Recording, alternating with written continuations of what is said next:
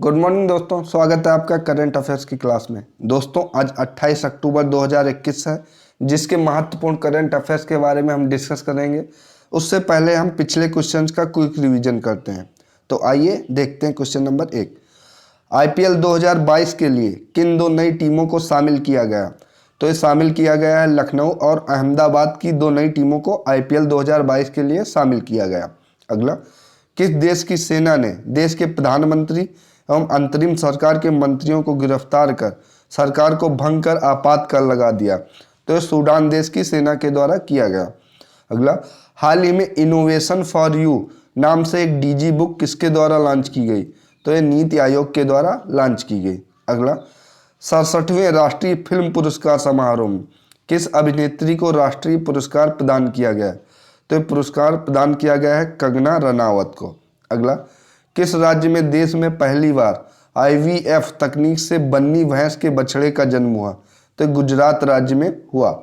अगला, किस देश में खुदाई के दौरान सबसे प्राचीन शराब कारखाना मिला है? तो इजराइल में मिला है। अगला क्वेश्चन देखते हैं दोस्तों। Indian broadcasting and digital foundation यानी कि आईबीडीएफ के फिर से अध्यक्ष कौन बने हैं? तो ये के माधवन को नियुक्त किया गया। अगला, हाल ही में जोसेफ ए कुस्मैन पुरस्कार के लिए किसे सम्मानित किया गया? तो इसके लिए सम्मानित किया गया है डॉक्टर राजीव निगम को। अगला क्वेश्चन, हाल ही में किस बैंक के द्वारा भुगतान अलर्ट के लिए क्यूआर साउंड बॉक्स लॉन्च किया गया? तो ये लॉन्च किया गया एयू स्मॉल फाइनेंस बैंक के द्वारा। अगला क्वेश्चन देखते हैं। डेनमार्क ओपन बैडमिंटन 2021 में मेन सिंगल और महिला वर्ग में खिताब किसने जीता है? तो मेन सिंगल में विक्टर एक्सलेसन ने और महिला वर्ग में अकाने यामागुची ने डेनमार्क ओपन बैडमिंटन 2021 खिताब जीता है। अगला, हाल ही में दुनिया के सबसे बड़े क्रिकेट बैट का अनावरण किसके द्वारा किया गया? तो क्रिकेट बैट का अनावरण हैदराबाद क्रिकेट एसोसिएशन के द्वारा किया गया। तो आइए दोस्तों अब आज के करंट अफेयर्स को देखते हैं। उससे पहले वीडियो को लाइक एंड शेयर कर लीजिए और साथ ही साथ चैनल को सब्सक्राइब कर लीजिए। और दोस्तों अगर जीके एंड जीएस की क्विज के लिए आप हमारे टेलीग्राम चैनल ऑन एग्जाम को ज्वाइन कर लीजिए। तो आइए दोस्तों देखते हैं आज का करंट अफेयर्स। हाल ही में प्रत्येक घर के लिए ओडीएफ यानी कि ओपन डिफिकेशन फ्री और बिजली हासिल करने वाला भारत का पहला राज्य कौन बना है? तो ये राज्य गोवा बना है। अब ओडीएफ के बारे में देखते हैं। तो ओडीएफ प्रोटोकॉल जो है वो 2016 में जारी किया गया था। इसके अंतर्गत किसी शहर को ओडीएफ की सूची में तब रखा जाता है यदि दिन के किसी भी समय कोई भी व्यक्ति खुले में शौच करता नहीं दिखाई देता है। अब गोवा के बारे में देखते हैं। तो गोवा हर घर जल मिशन के तहत हर घर के नल को पानी उपलब्ध कराने वाला भारत का पहला राज्य बना। गोवा ने गरीबों और ज़रूरतमंद को मुफ्त राशन उपलब्ध कराने का 100% हासिल कर लिया है। अगला, इसने कोविड-19 टीकाकरण की पहली खुराक 100% पूरी कर ली है। अब आइए गोवा के बारे में देखते हैं। तो गोवा के मुख्यमंत्री प्रमोद सावंत हैं और गोवा की राजधानी पणजी है। यहाँ के राज्यपाल एस श्रीधरन पिल्लई हैं। अगला क्वेश्चन देखते हैं दोस्तों। हाल ही में भारत में radio over internet protocol system का उद्घाटन कहाँ किया गया? तो इसका उद्घाटन किया गया है कोलकाता, पश्चिम बंगाल में। इसके बारे में इंपॉर्टेंट पॉइंट देखते हैं। तो कोलकाता में श्यामा प्रसाद मुखर्जी पोर्ट यानी कि SPM radio over internet protocol ROIP system प्राप्त करने वाला पहला प्रमुख भारतीय बंदरगाह बन गया है। अगला, ROIP प्रणाली एक लंबी दूरी की समुद्री संचार समाधान है। इसके अंतर्गत विशेष रूप से तूफान और खराब मौसम के दौरान सहायता के लिए इसका उद्घाटन किया गया। अब पश्चिम बंगाल के बारे में देखते हैं। तो इसका गठन 26 जनवरी 1950 को हुआ था।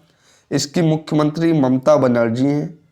इसकी राजधानी कोलकाता है और यहाँ के राज्यपाल जगदीप धनखड़ हैं।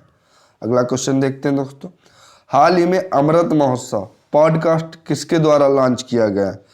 तो ये लॉन्च किया गया है केंद्रीय पर्यटन एवं संस्कृति मंत्री जीके रेड्डी के द्वारा।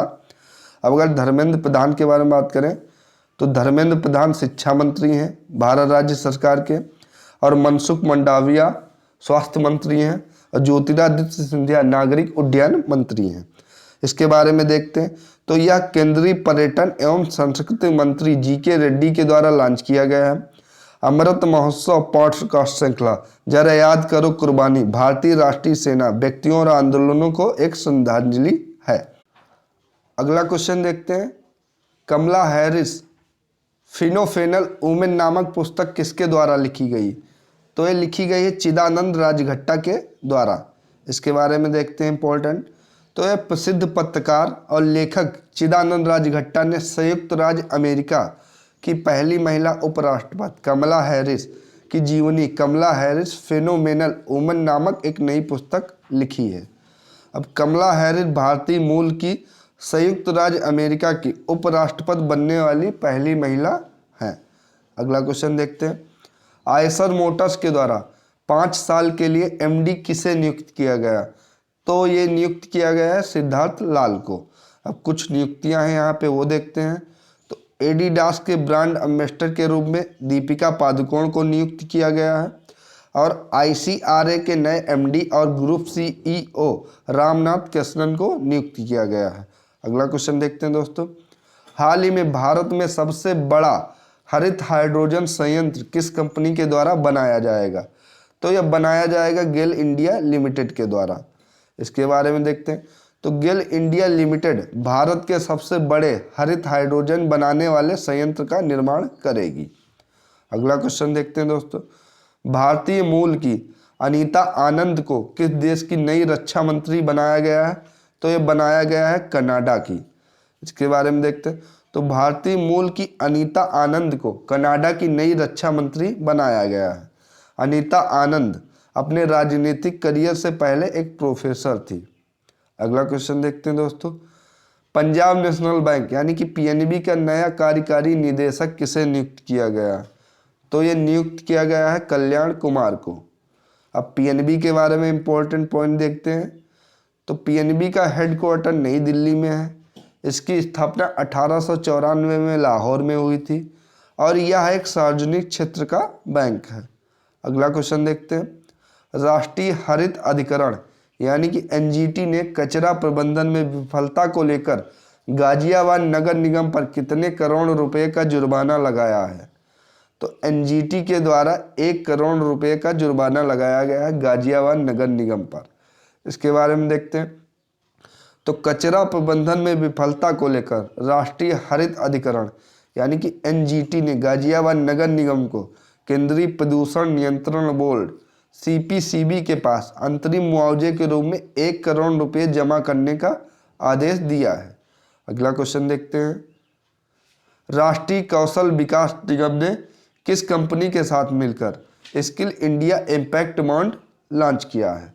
तो ये लॉन्च किया है ब्रिटिश एशियन ट्रस्ट के साथ मिलकर राष्ट्रीय कौशल विकास निगम ने ये skill India impact bond launch किया है।